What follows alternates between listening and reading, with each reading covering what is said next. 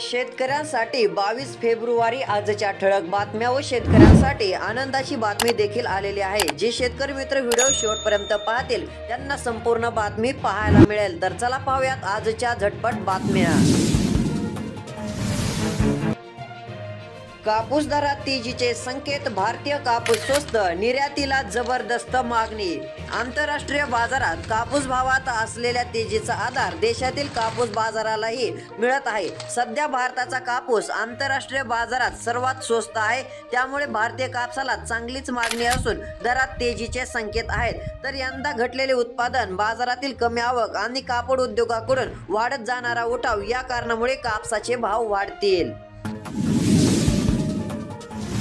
31 मार्च पर्यंत कांदा निर्यात बंदी कायम, पुन्हा नुकसानीची भीती। देशांतर्गत बाजारात कांद्याची उपलब्धता कायम राहावी आणि भाव नियंत्रणात राहावेत यासाठी 8 डिसेंबर 2023 रोजी अधिसूचना काढून 31 मार्च 2024 पर्यंत लागू केलेली निर्यात बंदी कायम असेल, अशी माहिती केंद्रीय वाणिज्य मंत्रालयाचे सचिव रोहित कुमार सिंह यांनी मंगळवारी दिली। निर्यात बंदी उठवण्यात आलेली नाहीये। सद्यस्थितीत केंद्र सरकारच्या निर्णयात कोणताही बदल होणार नाही। देशात कांदा पुरेशा प्रमाणात उपलब्ध करणे, अशा प्रकारे त्यांनी सांगितलेलं आहे। तर अशाच या कारणामुळे पुन्हा नुकसानीची भीती शेतकऱ्यांना पाहायला मिळू शकते।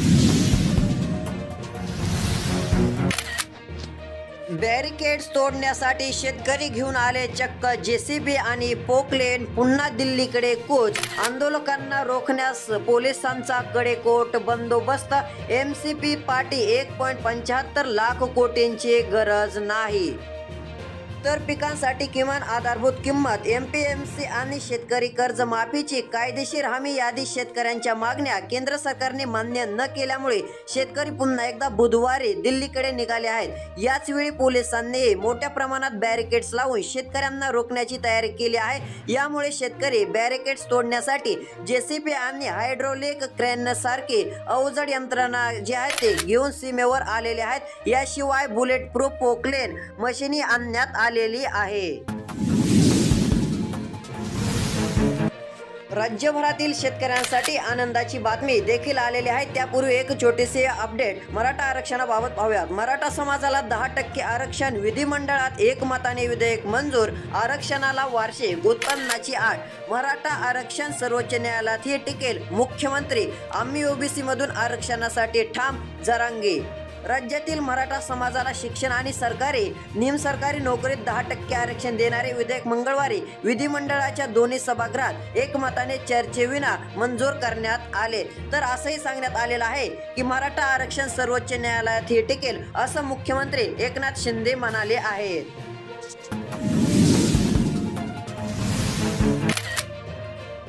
शेतकऱ्यांसाठी आनंदाची बातमी। आता पीएम किसानचा हप्ता शेतकऱ्यांच्या खात्यात लवकरच होणार जमा। ज्यांनाही गेल्या वेळेस हप्ता मिळाला नसेल त्यांनाही मिळणार हप्ता। पीएम किसान वंचित शेतकऱ्यांना कृषी विभागाने राबवली विशेष मोहीम।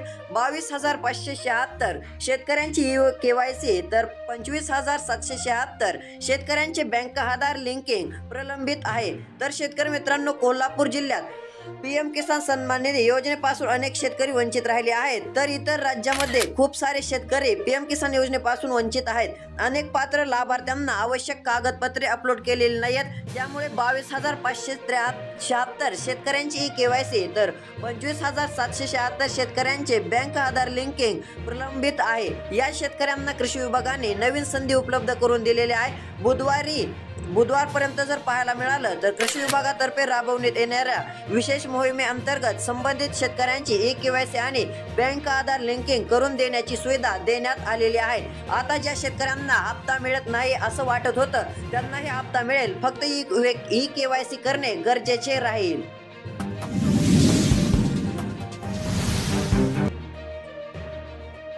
केंद्र सरकारची हमी शेतकऱ्यांना नामंजूर, शेतकरी नेत्यांनी प्रस्ताव फेटाळला, आंदोलनावर ठाम। चंदीगड, नवी दिल्ली विविध सरकारी संस्थांच्या माध्यमातून पुढील 5 वर्षासाठी डाळी, मका आणि कापसाची किमान हमी भावाने MPSP खरेदी करण्याचा केंद्र सरकारने सादर केलेला प्रस्ताव शेतकरी नेत्यांनी सोमवारी फेटाळून लावला. हा प्रस्ताव आमच्या हिताचा नसल्याचा दावा शेतकरी संघटनांकडून करण्यात आलेला आहे, तर आंदोलनावर ठाम असल्याचे संघटनांनी स्पष्ट केले. केंद्रीय मंत्री पियुष गोयल, अर्जुन मुंडा आणि नित्यानंद राय या 3 मंत्र्यांच्या समितीने 4थ्या टप्प्यातील चर्चेच्या फेरी दरम्यान हा प्रस्ताव शेतकरी नेत्यांसमोर मांडला होता. शेतकरी नेते जगजित सिंह डल्लेवाल म्हणाले, 2 फोरमावर याबाबत चर्चा करण्यात आली होती. त्यातूनच हा प्रस्ताव शेतकऱ्यांच्या हिताचा नसल्याची बाब पुढे आली आहे, तर त्यामुळे आम्ही हा प्रस्ताव नाकारण्याचे ठरवले आहे, असे जगदीप सिंह यांनी सांगितलेले आहे. मध्य महाराष्ट्रात किमान तापमानात घट शक्य, उत्तर भारतात गारपिटीचा दिला इशारा. राज्यात आकाश निरभ्र होत असतानाच उन्हाचा चटका तापदायक ठरत आहे, तर मध्य महाराष्ट्रात किमान तापमानात काहीशी घट होत आहे. आज मध्य महाराष्ट्राच्या किमान तापमानात घट होण्याचा अंदाज कायम आहे. उर्वरित राज्यात तापमानातील चढ-उतार सुरू राहण्याची शक्यता हवामान विभागाने वर्तवलेली आहे, तर उत्तर भारतात थंडी अधिक होत असून राजस्थानच्या चुरू येथे देशाच्या सपाट भूभागावरील निचांकी 6.6 अंश सेल्सिअस तापमान नोंदले गेले आहे. उत्तर भारतात 170 नॉट्स वेगाने जोरदार वारे वाहण्याची शक्यता आहे. यामुळे उत्तर भारतात विजांसह पाऊस, गारपिटीचा इशारा कायम आहे.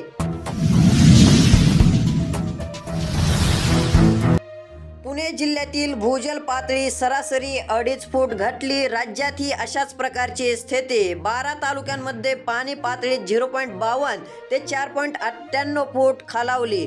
पावसाळ्यात अपुरा पाऊस, परतीच्या पावसाने फिरवलेले पाट आणि पाण्याचा वाढता उपसा यामुळे राज्यामध्ये सगळीकडे जिल्ह्यातील भूजल पातळी सरासरी 2.5 फुटांनी घट झाली आहे. भूजल सर्वेक्षण विकास यंत्रणेने केलेल्या पाहणीत जिल्ह्यातील 13 पैकी 12 तालुक्यांमध्ये पाणी पातळी 0.52 ते 4.98 फूट इतकी घट झाल्याचे निदर्शनास आलेले आहे. यंदा पुरंदर तालुक्यात सर्वाधिक 4.29 फुटांनी पाणी पातळी खोल गेलेली आहे, तर भूजल सर्वेक्षण यंत्रणामार्फत भूजल पातळीची नोंद घेतल्या जातात, तर या नोंदीतून जिल्ह्यातील प्रत्येक तालुक्यातील भूजल पातळी झालेली वाढ जी आहे ती सध्या तर काय पाहायला मिळत नाहीये. तर भूजल पातळी अभ्यास करण्याकरिता प्रत्येक पाणलोट क्षेत्रात 3 निरीक्षण विहिरी याप्रमाणे जिल्ह्यात 192 निरीक्षण विहिरी निश्चित केलेल्या आहेत.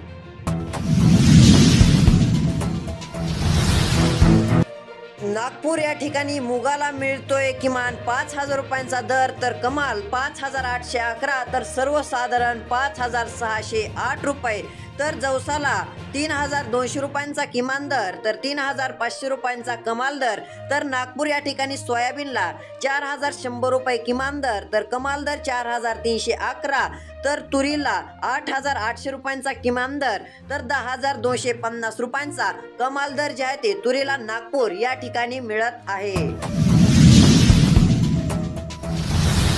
तर चला काही फायनान्शियल बातम्या पाहूयात, म्हणजेच की शेअर मार्केट बाबत एक मोठी बातमी आहे. आता स्टॉक मार्केट बाबत जर आपण सध्या पाहायला गेलं तर 3च्या शेअर्स मध्ये सतत लागते अप्पर सर्किट. 13 फेब्रुवारीच्या बैठकीनंतर बदलली परिस्थिती. शेअर मार्केट मध्ये असे काही पेनी स्टॉक आहेत जे गुंतवणूकदारांना आकर्षित करत असतात. असाच एक penny stock Standard Capital Markets लिमिटेडचा आहे. हा पेनी स्टॉक शेअर बाजारातील सर्वात लोकप्रिय non banking company NBFC stock पैकी एक आहे. या पेनी स्टॉकची किंमत 5 रुपयांपेक्षा कमी आहे, परंतु या शेअरला सातत्याने अप्पर सर्किट लागत आहे. तर शेतकरी मित्रांनो, पेटीएम बाबत अपडेट असो किंवा फायनान्शियल, एज्युकेशनल सर्व अपडेट व शेतकऱ्यांसाठी सर्व बातम्या पाहण्यासाठी सबस्क्राईब नक्की करा. धन्यवाद.